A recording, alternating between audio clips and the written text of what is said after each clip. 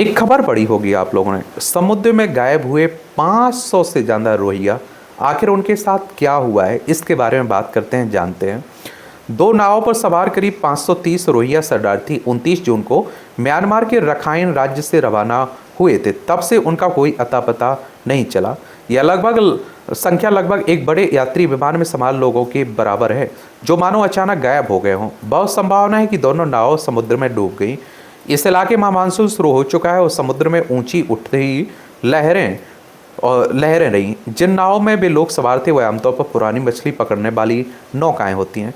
अक्सर इनकी हालत समुद्री यात्रा के लायक नहीं होती है। इनके इंजन भरोसेमंद नहीं होते हैं। यह भी आशंका है कि इनमें सवार बहुत कम लोग बचे होंगे या शायद कोई भी नहीं बचा हो। माना जा रहा है कि यात्रियों में करीब आधी संख्या महिलाओं और बच्चों की थी, लेकिन सच्चाई क्या है यह शायद कभी पता नहीं चल पाएगी। विद्रोहियों के इलाके से रवाना हुए थे रोहिंग्या। ये आप देखें, रखाइन राज्य कई वर्षों से संघर्ष की चपेट में है। विद्रोही संगठन अराकान आर्मी ने म्यांमार की सेना को राज्य के ज्यादातर हिस्सों से बाहर कर दिया और उसने राज्य की राजधानी सितवे में स्थित आखिरी बड़ी चौकी को घेर रखा है। सितवे तक अब केवल हवाई या समुद्री रास्ते से ही पहुंचा जा सकता है। सेना ने इलाके में लगभग सभी दूरसंचार सेवाएं भी बंद कर दी। रोहिंग्या लोगों की स्थिति सुधारने के लिए काम करने वाले संगठन अराकान प्रोजेक्ट की प्रमुख क्रिस लेया यह जानने की कोशिश कर रही कि इन दोनों नाव के साथ क्या हुआ होगा। अब आप कहोगे कि रोहिंग्या ये कौन है? तो रोहिंग्या म्यांमार के रखाइन राज्य का एक मुस्लिम अल्पसंख्यक समुदाय है, ये भी याद रखिएगा इसमें। और लेकिन यह काम बेहद मुश्किल है। अब उनके पास सितवे या सिनटेट माओ गांव में ऐसे संपर्क नहीं बचे जिनसे वे सीधे जानकारी ले सकें। सिनटेट माओ वही गांव है जहां से ये नावें रवाना हुई थी। फिलहाल यह अराकान आर्मी के नियंत्रण में है। फिर भी दूसरे स्रोतों और अलग अलग जानकारियों के आधार पर उन्हें भरोसा है कि दोनों नाव 29 जून को ही निकली थी। एक सुबह रवाना हुई थी और जबकि दूसरी बाद में दिन के समय में निकली थी। उनका कहना है कि इन नावों का रुख म्यांमार के दक्षिणी तट की ओर रहा होगा, जहां इनमें सवार लोगों को उतारा जाता था और इसके बाद उन्हें सड़क मार्ग से जंगलों में बने अस्थायी ट्रांजिट शिविरों में होते हुए थाईलैंड के रास्ते मलेशिया की सीमा तक पहुंचाया जाता था। आमतौर पर यात्रियों के परिवारों को 1 हफ्ते या 10 दिनों के भीतर उनकी खबर मिल जाती है, लेकिन लगभग 3 हफ्ते बीत जाने के बाद भी उनकी कोई सूचना नहीं मिली। बांग्लादेश के अधिकारियों को समुद्र से बहकर आई एक महिला का शव मिला। वहीं इरावदी डेल्टा और मौन राज्य के तट के बीच मछली पकड़ने वाले मछुआरों को 9 दिन बाद कई अन्य शव भी मिले हैं। क्रिस लेवा का मानना है कि ये सभी संकेत बताते हैं कि दोनों नाव डूब गई हैं। इनमें से एक सिनटेट माओ से निकलने के कुछ घंटे बाद ही हादसे का शिकार हो गई होगी, जबकि दूसरी दक्षिण पूर्व दिशा में कई दिनों तक सफर करने के बाद डूबी होगी। दक्षिणी बांग्लादेश के भीड़भाड़ वाले शरणार्थी शिविरों में 10 लाख से ज़्यादा रोहिंग्या रह रहे हैं। वहाँ मिलने वाली सहायता लगातार कम हो रही है। रोजगार के अवसर लगभग नहीं के बराबर हैं। साथ ही वहाँ संगठित अपराध से जुड़े गिरोह खुलेआम सक्रिय हैं। रोहिंग्या शरणार्थियों को इन शिविरों से बाहर जाने की भी अनुमति नहीं है। क्या अनुमति नहीं है? ये आप देखेंगे कि मलेशिया और थाईलैंड में ढूंढ रहे हैं ठिकाना।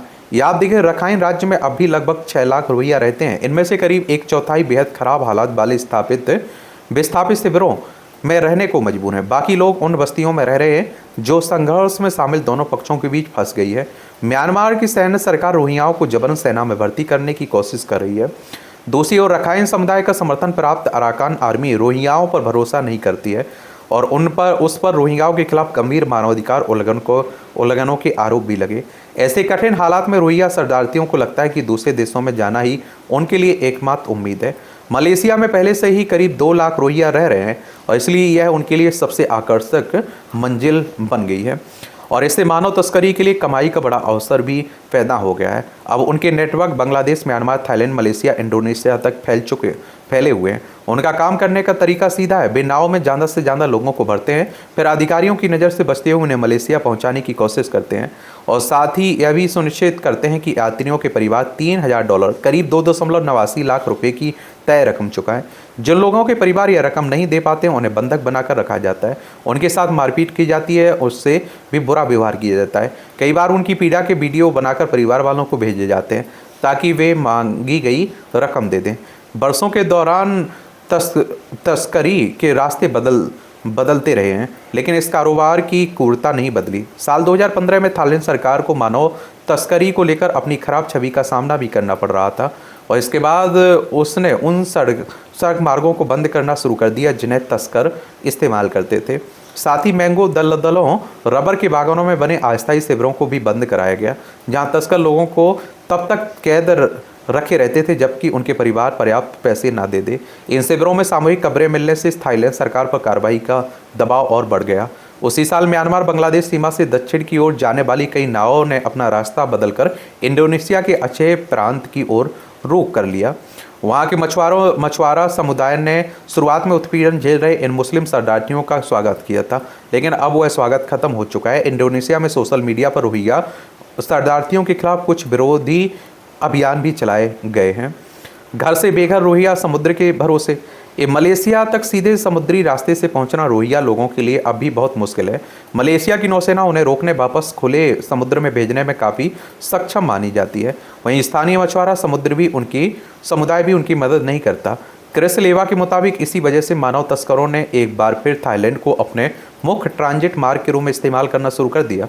बड़ी नावें या फिर जहाज रखाइन के तटों या बांग्लादेश के टेकनाफ क्षेत्र के पास से रोहिंग्या लोगों को लेते हैं। दोनों देशों को अधिकारियों की नज़र से बचने के लिए जहाज वहां ज़्यादा देर नहीं रुकते। अब तस्कर सैटेलाइट फ़ोन का इस्तेमाल करते हैं। वे थाईलैंड, इंडोनेशिया में मौजूद अपने नेटवर्क से संपर्क करते हैं और स्थानीय मछुआरों को पैसे देकर रोहिंग्या लोगों को दक्षिणी थाईलैंड या इंडोनेशिया के पूर्वी सुमात्रा के समुद्री तटों तक पहुँचाते हैं। इसके बाद जब पूरी रकम अदा कर दी जाती है तो उन्हें गुप्त रूप से मलेशिया पहुंचाया जाता है और कुछ रोहिंग्याओं को म्यांमार के दक्षिणी तट पर उतार दिया जाता है। वहां से उन्हें ज़मीनी सीमा पार कराकर थाईलैंड ले जाया जाता है, फिर सड़क के रास्ते से मलेशिया की सीमा तक पहुंचाया जाता है। लेकिन रखाइन से म्यांमार के बाकी हिस्सों को जोड़ने वाली सभी ज़मीनी रास्ते बंद होने के कारण उनके पलायन की शुरुआत हमेशा एक खतरनाक समुद्री यात्रा से होती है। और क्रिस लेवा का अनुमान है कि पिछले साल सितंबर से अब तक कम से कम 10,000 रोहिंग्या नावों के जरिए म्यांमार और बांग्लादेश से निकल चुके हैं।